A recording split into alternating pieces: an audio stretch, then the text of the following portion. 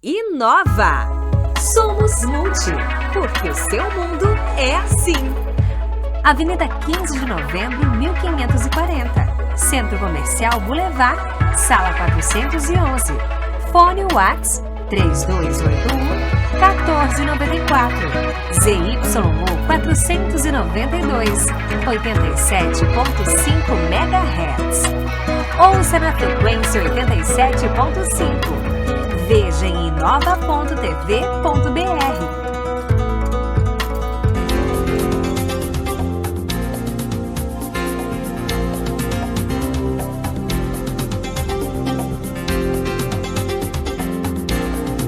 Muito bem, agora são 8 horas e 31 minutos desta terça-feira. Hoje é dia 1º de outubro de 2024. Cá estou eu, Sóstenes. Comigo também aqui no estúdio da Inova, Eloir Clavé, ele que é cirurgião, especialista em cirurgia e traumatologia bucomaxilofacial, e também radialista, já que jornalista talvez não, né, Eloir? Ontem eu promovi o Eloir Clavé a... Tempo para essa formação. Não teve tempo para essa formação aí, mas está comigo aqui no estúdio e a partir de agora a gente coloca em vídeo os nossos participantes aqui do nosso programa que foca as eleições, né? As eleições estão chegando aí e a gente convidou os candidatos para uma sabatina. Ele acontece, começou ontem com o candidato Daniel Carlos Micaelsen, do Republicanos. Hoje recebo aqui no estúdio da Inova o Regis Luiz Ram, ou Lelo Ram, né, do Progressistas. E comigo, então, fazendo a bancada, formando a bancada, Eloir Clavé. Já fizemos os devidos cumprimentos antes do nosso convidado para hoje. E agora, então, até às 9 horas e 1 minuto, a gente conduz, então, essa entrevista. Lelo, primeiramente agradecendo ter aceito o convite de vir, né, aqui conversar com a gente, falar um pouquinho sobre propostas, plano de governo. O senhor falou antes, né, recapitulando bem rapidamente, o senhor tem 2 mandatos, né, como prefeito, foi ex-prefeito por 2 gestões consecutivas, também foi vereador, acho que 2 também, né? 2 mandatos. 2 mandatos também.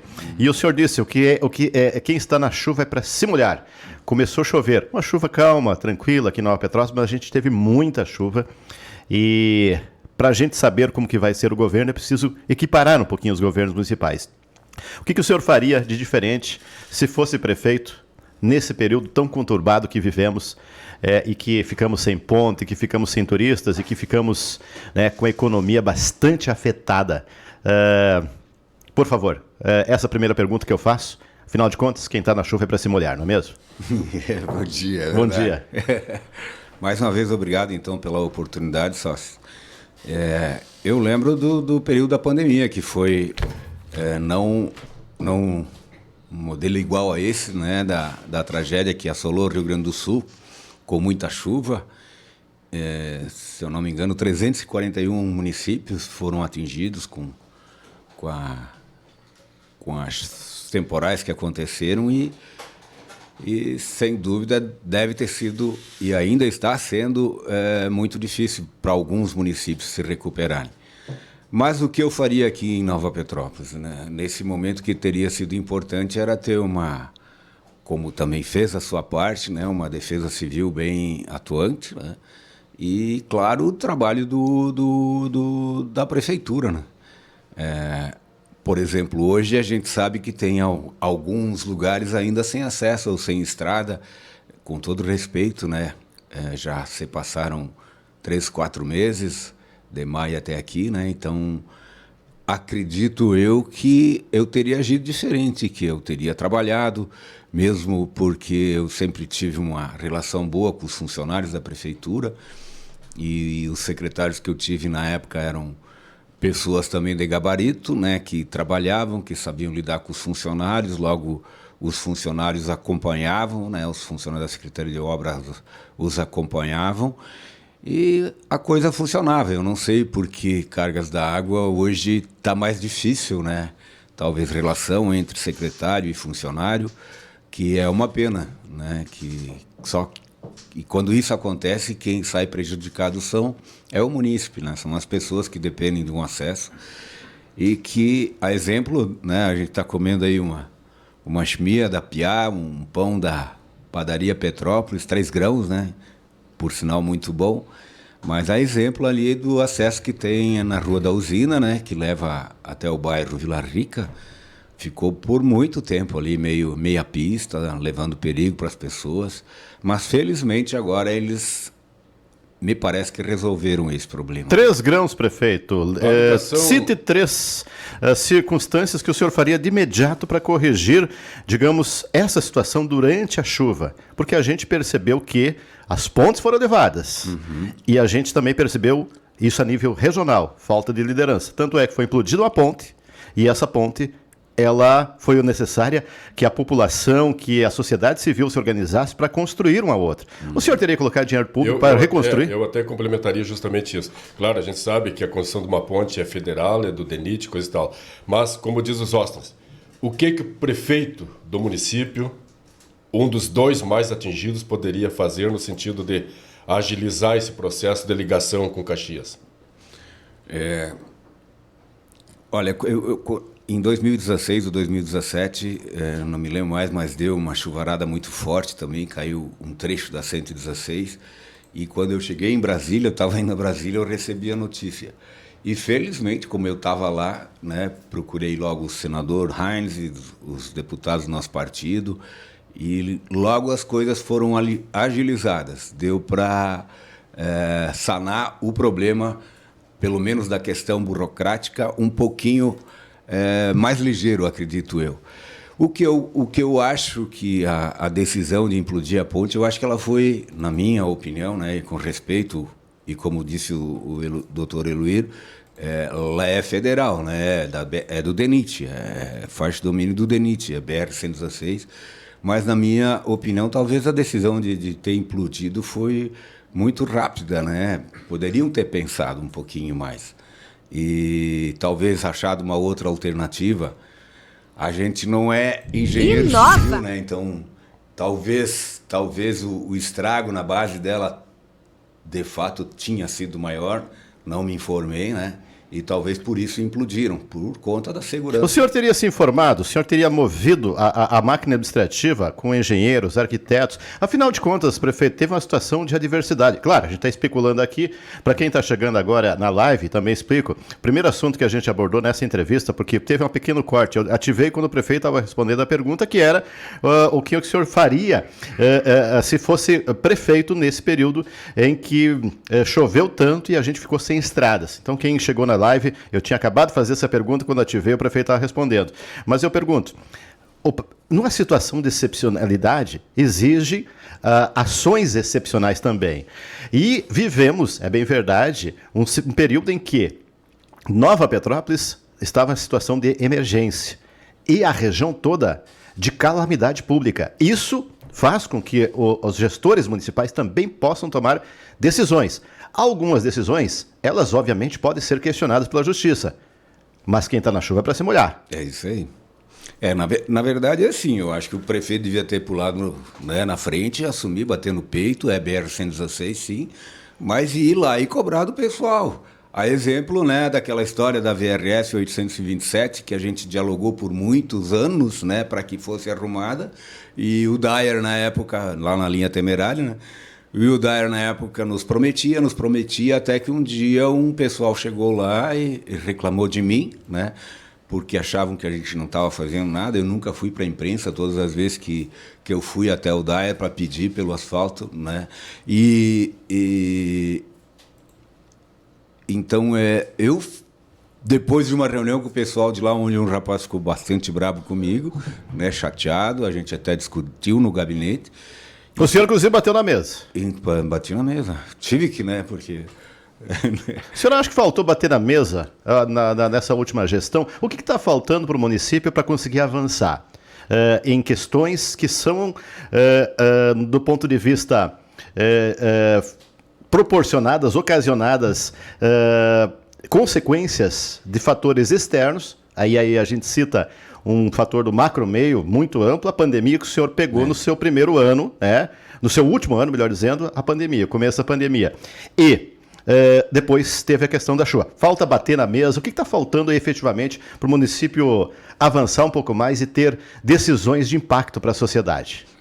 Eu acredito que sim, né? Só como eu estava concluindo, aí vou concluir a questão da VRS 827, lá na linha Temerária. Ali, como o diálogo não deu mais, eu tive que tomar uma atitude, uma decisão, né? Amarga, eu sei, diferente, não muito simpática, e entramos com um processo contra o Dyer. E aquilo resolveu. Então, sim, a gente tem que bater no peito, tem que assumir aquilo que é nossa responsabilidade, porque é o prefeito quem tem o dever ou o poder de brigar pelo seu povo, de pegar e bater na mesa quando as coisas não acontecem. Tomar decisões, mesmo que sejam as mais amargas ou as mais menos simpáticas, né? Mas tem que fazer isso pelo povo, pelo seu povo. Quem outro pode fazer? Não, só o prefeito tem que ir atrás e brigar e bater na mesa, como você falou, não tem volta. E se tiver que, de certa forma, arrumar um descontentamento com as entidades da Erdenit, de azar, vamos para cima, vamos ver o que é possível fazer, mas pelo menos vamos em cima, vamos brigar, vamos pedir aquilo que a população pede, né? E em defesa daquilo que a população necessita, e se tiver que ser de forma mais amarga, que seja, não tem que meter o peito na água e pronto. Aproveitando esse peito na água, candidato Lelo, existe o marco sanitário, né? Que é uma lei federal que até 2033 água potável deve atingir 99% dos domicílios e tratamento de esgoto 90%. O prefeito, caso o senhor seja eleito, vai concluir a usina, vai acelerar esse processo para instalação de tratamento de esgoto no município? Não. Boa pergunta, doutor. Olha só, vocês devem lembrar que esse processo da ETA, Estação de Tratamento de Esgoto Sanitário, ela praticamente iniciou no final do mandato do Luiz Irineu Schinkel, né? Porque o então prefeito já estava licitando, mas por alguma questão no processo licitatório, alguém entrou com uma ação na época do prefeito Luiz e derrubou o processo licitatório e acabou que nós tivemos que encarar aquela obra, né? E a gente sabe que esse tipo de obra é um belo de um compromisso, para não dizer outras coisas. Por isso que eu falei, matar no peito. Matar no peito. Então, nós fomos lá, fizemos a parceria com a Corsã, assumimos a obra, iniciamos a obra, desculpa, e tocamos. Vocês sabem, todo mundo sabe aqui que tem político que não gosta de mexer com esse... Só um pouquinho mais perto do microfone, por favor. Com esse tipo de obra. Né? Uma porque traz um transtorno enorme, vocês devem lembrar como é que era lá no Logrador, na época da obra, né? Ruas trancadas, pessoal sem acesso, né? Mas mesmo assim a gente meteu e fez a obra. Pior e todo mundo sabe, é isso que eu queria dizer. Mas essa obra foi feita, prefeito, porque ela não está sendo implementada. Ela não tem uma única casa que está ligada até ela. O que faltou? O poder público, durante o seu governo, seus 8 anos, não faltou um pouquinho mais de empenho para que ela fosse executada? O senhor lembra que o senhor apenas contemplou apenas 1/3 do município essa obra, né? E ainda assim, esse 1/3 também não está sendo utilizada. O senhor não fica um pouco frustrado? Porque, olha, já se cogitou, inclusive, a nível de Ministério Público, acho que até a empresa, no sentido de que daqui a pouco essa ETE, que é a Estação de Tratamento, né, do esgoto, ela já não tivesse mais em condições de usar, estaria obsoleta diante da tecnologia. Não frustra um pouco o senhor como gestor disso não estar pronto? E o que faltou no seu governo para avançar um pouco mais? Olha só, não me lembro em que ano que foi, acho que foi 19 que eu fui a Brasília, porque lá ainda haviam 2,5 milhões, né? Final de 2019. E voltei de lá com a notícia lá de que eu teria que fazer licitação da obra e a hora que tivesse a medição da obra, mais uma medição, eles liberariam os 2,5 milhões que ainda tinham lá. E foi o que a gente fez. A gente iniciou, porque não sei se o senhor lembra, mas a empresa que estava fazendo a obra, né, por questões de tempo, por questões de não cumprir medições, contrato, obra, ela foi cancelado, foi rompido o contrato com a empresa. E aí nós tivemos que reiniciar uma outra licitação. Quando eu voltei, então, de Brasília, nós demos andamento junto com a Corsã, né, e a coisa tomou o rumo de que nós não conseguimos mais... Perdão, nós fizemos ainda uma licitação na nossa época, período de pandemia, por conta das questões dos valores, que todo mundo sabe que mudaram, deu deserta, não apareceu ninguém. E aí até nós conseguimos montar a próxima, né? Aqui acabou ficando para essa administração, né, que era 9 de fevereiro de 2021 seria a licitação. Mas me parece que o prefeito cancelou a licitação e acabou que entregou a obra para a Corsã. E agora eu vou dizer assim, sim, me frustrou a gente não conseguir terminar, porque mesmo a gente não ganhando muito voto, né, com os canos escondidos, é uma obra essencial para o município. Mas o que me deixa feliz agora, sócios, a gente participou com uma reunião com o pessoal da Corsã, a empresa agora responsável, né, uns dias atrás, o nosso vice-prefeito, que está aqui junto, também estava, o coordenador de campanha, o Renato, também participou, e todos os outros candidatos participaram com o Ministério Público e o representante, o Lutero, da atual empresa, Corsã, e lá eu fiquei sabendo de que, sim, ela está um pouquinho desatualizada tecnicamente e coisa e tal, mas que tudo aquilo que a gente já colocou, o trabalho que a gente fez, vai ser utilizado pela empresa. Então isso me deixa um pouquinho contente, ou muito contente, né? Porque hoje a gente vê que aquilo que a gente fez lá no passado vai ter o seu valor, seu devido valor, vai ser usado para fazer o tratamento do esgoto. Seria muito triste se não pudesse usar, mas gratidão a Deus que as pessoas que agora vão assumir viram que é possível usar tudo aquilo que se fez, toda a obra que se fez para fazer o tratamento do esgoto em Nova Petrópolis. Então, isso me deixa, por final, ainda aliviado e contente, né? De que dia alguém vai ter que encarar esse desafio. Será o senhor? Isso. Eu acredito que sim, e não tem problema nenhum. Quem vai executar a obra é a empresa, fazer as ligações, o modelo que eles vão a usar, né? Mas a prefeitura vai estar do lado, vai estar fiscalizando junto com a comunidade, né? Nova 2050, prefeito, se foi no seu governo, inclusive, que foi instituído esse projeto, discutido amplamente com a comunidade, mas pouco se fala nele. E o Rubens Pesse, que foi o coordenador desse projeto, ele disse: o prefeito terá que ser um mobilizador, ele terá que ser um entusiasta desse projeto, porque o senhor mesmo percebe que às vezes é preciso convencer a opinião pública. Como avançar no Nova 2050, correr atrás, porque o Nova 2050 não significa chegarmos em 2050 com projetos prontos, elaborados. Precisa fazer passo a passo. E já estamos quase em 2025. Como correr atrás agora daquilo que não foi feito, prefeito? O que o senhor pretende fazer em relação ao 9 2050? Ou o que em 4 anos o senhor conseguiria fazer desse projeto? Mas digo já provocando de imediato, porque o senhor já foi candidato, já foi no seu governo. É possível algo já encampar no primeiro ano já do 9 2050? Na verdade, a gente tem que tomar pé da situação, né? Mas o projeto já está instituído, já está pronto, as diretrizes já estão elaboradas. Que assim, ele foi aprovado ainda, foi construído há muitas mãos, né, com profissionais liberais da nossa cidade, com muitas pessoas, enfim, entidades participando para planejar o melhor para Nova Petrópolis, né? E lembro que foi aprovado em 2020 pela Câmara de Vereadores e aí é que eu não entendi, né? Porque, claro que a Simp é parceira, como eu também sei que a CDL vai ser, né? Mas eu não sei por que cargas da água a administração pública mandou para a associação comercial. E eu não sei o que a associação comercial fez até hoje. Por isso que eu digo, a gente teria que tomar pé primeiro para ver o que já foi.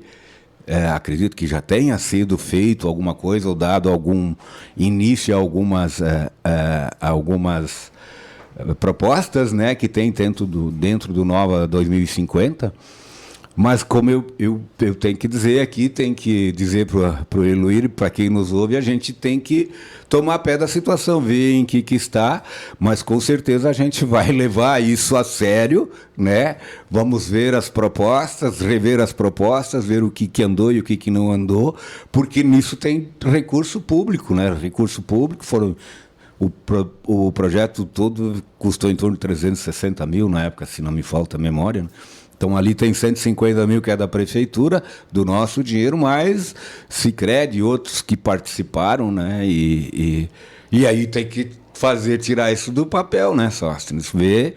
A nossa ideia é de pegar e implementar as prioridades dentro do plano Nova 2050. Tomar pé, como eu já disse, ver as situações e trabalhar com muito afinco nas questões hoje em relação ao município, as mais prioritárias. Até dentro desse projeto existe a perimetral, ou então rota alternativa, né? Que, aliás, o senhor, no seu último mandato, chegou a dar um encaminhamento a esta questão, mas parece que teve ali um problema de desapropriações também.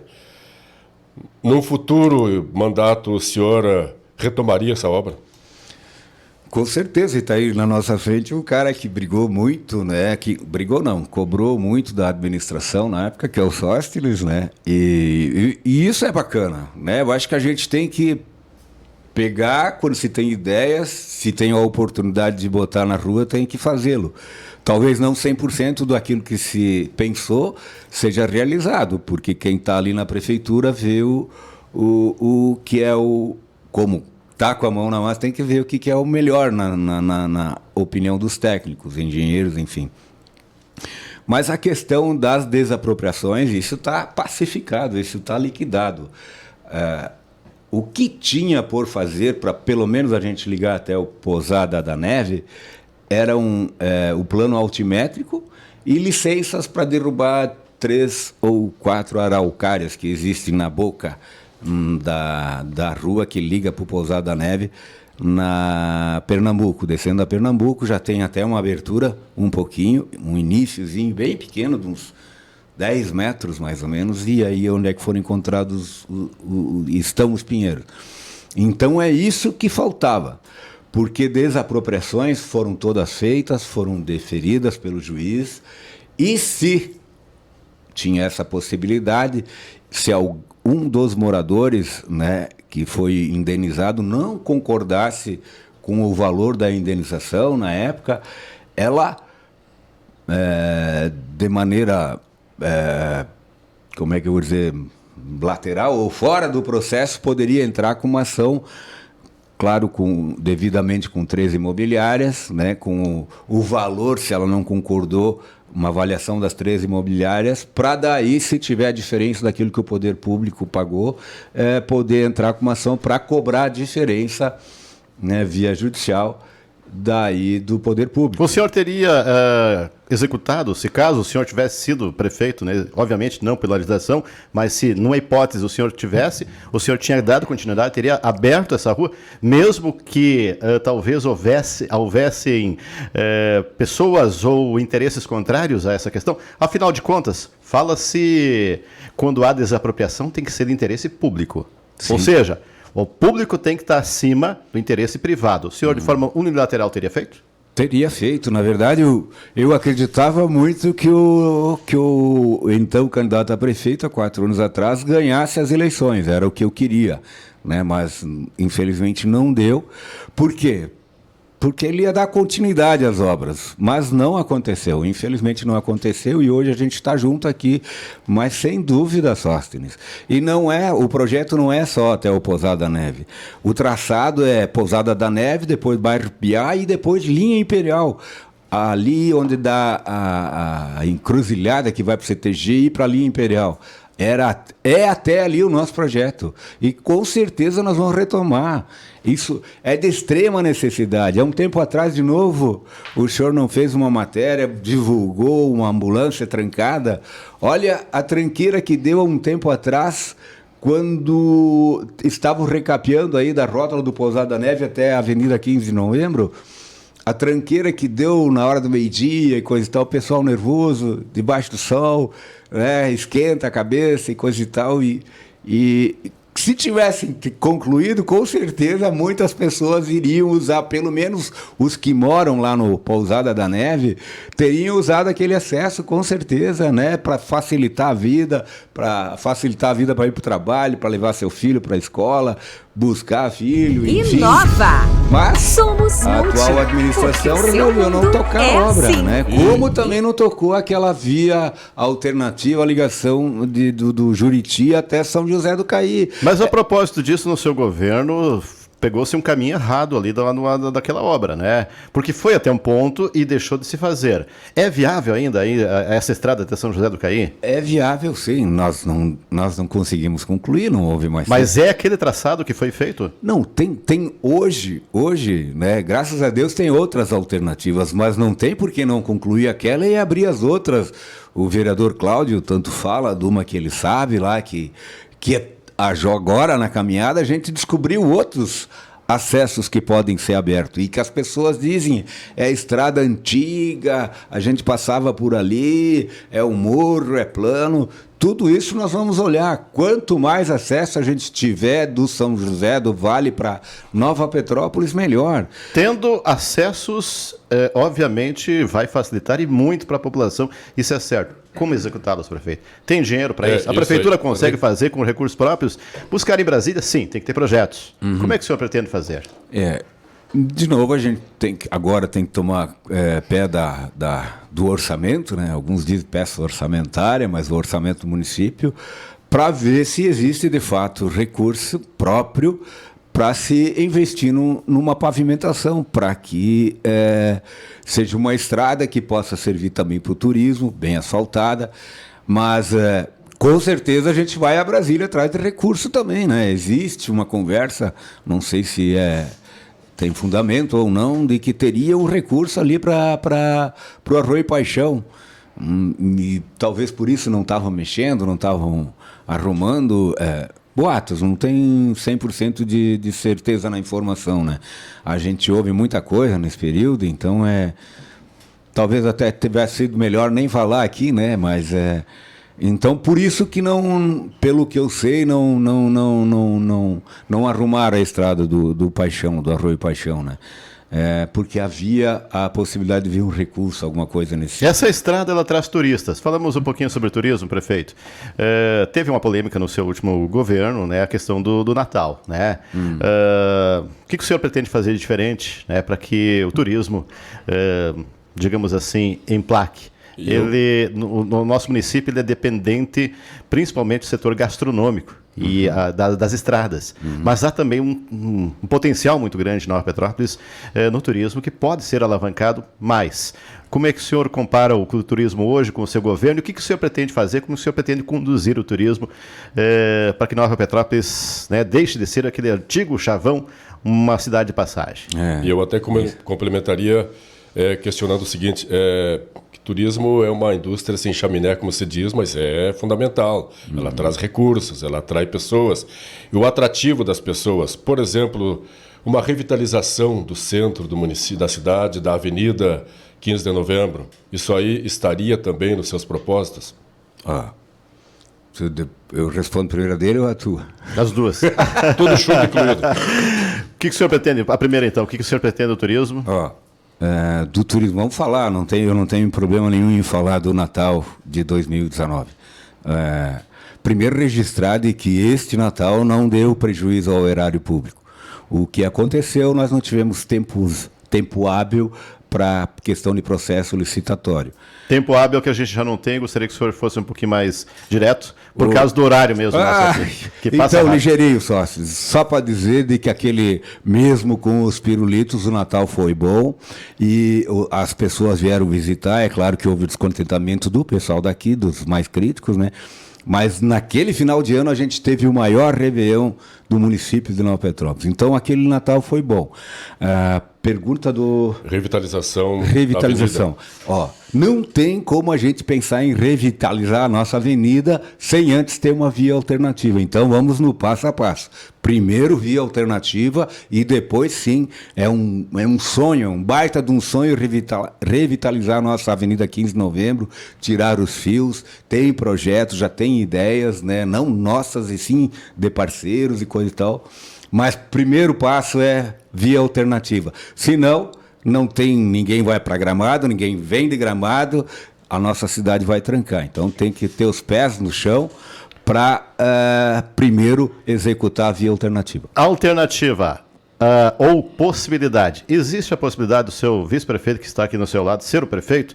Isso, eu trago isso porque é o que está na polêmica. Inclusive, o senhor ganhou aí um direito de resposta agora recentemente. Deixa eu falar um pouquinho sobre esse processo, claro. Prefeito. Ele, inicialmente, ele estava numa esfera civil, vamos assim dizer, ele ainda está, né? Mas ele agora está no Ministério Público também, mais recentemente ele interviu. Claro, existe todo um trâmite em relação a isso, mas sobre esse projeto, sobre esse processo, ele recai de que forma sobre o Lelo e que impacto terá no seu governo? A sua ótica, obviamente. Eu sempre uso a expressão de quem não deve não teme. O processo existe, mas posso dizer de que cabem recursos e eu acredito de que no final tudo vai dar certo, né? Porque a gente não causou dolo, a gente contratou uma empresa e essa empresa teve que ser paga, né, por prestação dos seus serviços, é óbvio. Aliás, foi essa empresa que me aconselhou a entrar com o processo contra o DAE para a gente arrumar a VRS 827. Então, posso te dizer, porque há tempos atrás diziam que eu não seria candidato, então a nossa candidatura está respaldada pelo TSE, Tribunal Superior Eleitoral, e estamos aqui como candidato, o processo está andando, sim, nós entramos com recurso, nós fizemos a nossa defesa e eu acredito muito que isso não vai dar... não digo não vai dar em nada, né? Mas que eu vou ser absolvido, entendeu? O senhor estava mal assessorado em relação ao seu assessor, porque ele fazia consultoria jurídica para o senhor na época, porque a grande questão passou pelo fato de que ele atuou pela prefeitura e atuou defendendo um ex-prefeito, ou seja, um conflito de interesse nesse aspecto. Não foi algo, como o senhor disse, que envolvesse uma situação de desonestidade, de dolo, algo que beneficiasse o senhor. Mas houve esse conflito. O senhor se arrepende de não tê-lo tirado antes? O senhor estava mal assessorado? O que faltou para que não se permitisse essa situação, prefeito? Olha, na verdade, ele tem CPF e tem CNPJ. A empresa é César Balgratz, é a empresa que deu assessoria e, diga-se de passagem, lá de 2000. Né? Ele primeiro trabalhou com o saudoso Augusto Schrank Júnior, depois ele continuou com o Luiz Irineu Schenkel, e pelo trabalho que ele fazia, pelo que eu conhecia dele, e sempre muito atencioso, solícito enquanto vereador, eu fiquei com ele também. Tanto que as contas todas estão aprovadas pelo Tribunal de Contas do Estado e também pela Câmara de Vereadores de Nova Petrópolis. Então, que nem eu disse antes, quem não deve não teme. E ele dizia para mim, prefeito, sim, estou trabalhando na prefeitura, mas eu vou, tipo CPF lá, não vou defendê-lo. Excesso de confiança, prefeito? Talvez, né? Como mas prefeito? A vida ensina. Então, tem que ser registrado também que 30 segundos para fechar. Hoje virou lei essa história, né? O procurador que defende o exemplo do que está aqui, o Rodrigo Spira, trabalhando como procurador do atual prefeito Darley, ele vai ser obrigado, isso virou lei agora. Ele vai ter que responder por todos os atos que o prefeito, se um dia precisar dele, tomara que nunca precise, né? Mas o procurador vai ter que acompanhar ele pós-mandato, né? Vai ter que representá-lo. Hoje, aquilo que se achou errado no passado, né, por conta do processo, hoje é lei. Hoje os advogados, os procuradores são obrigados a defender o seu prefeito, a quem trabalhou, para quem prestou serviço, né? Enfim, é isso. Virou lei. Mas Jerônimo não vai ser prefeito? Não, desculpa, Jerônimo, dessa vez não. não tem, não. Não existe a mínima possibilidade, porque o que o Ministério Público está propondo agora, a audiência do dia 18, é uma... Como é que se chama mesmo, meu... Oi? Audiência de instrução. E a audiência de instrução, obrigado. Início do processo. Início do processo. Não existe a mínima chance disso acontecer, vão ser ouvidas as testemunhas e você sabe como é que é. Esse processo essa ação civil pública começou em 2018, se não me falta a memória, nós estamos em 25, ou quase 25, e ainda não está decidido. Então, não existe mesmo porque, mais uma vez eu vou dizer, Ministério Público, né, para a gente, hoje, a lei de improbidade mudou bastante. Lelo, porque hoje, para tu ser improbo, para tu ser cassado como gestor público, tu tem que ser comprovado que tu causou dolo ou enriquecimento ilícito. E isso não teve em nenhum momento, eu nunca levei nenhum pila da prefeitura. Como mais uma vez eu vou dizer, quem não deve, não teme. Obrigado pela tua participação, ter gentilmente vindo aqui conversar com a gente. Isso só contribui para que as pessoas compreendam e façam o seu juízo conforme as suas reflexões. Obrigado mais uma pela vez. oportunidade, Sérgio. De igual forma, meu colega de bancada, obrigado pela participação aqui mais uma vez. E amanhã a gente está de volta. Amanhã, Charles Petzinger. Isso aí, até amanhã. Bom dia a todos.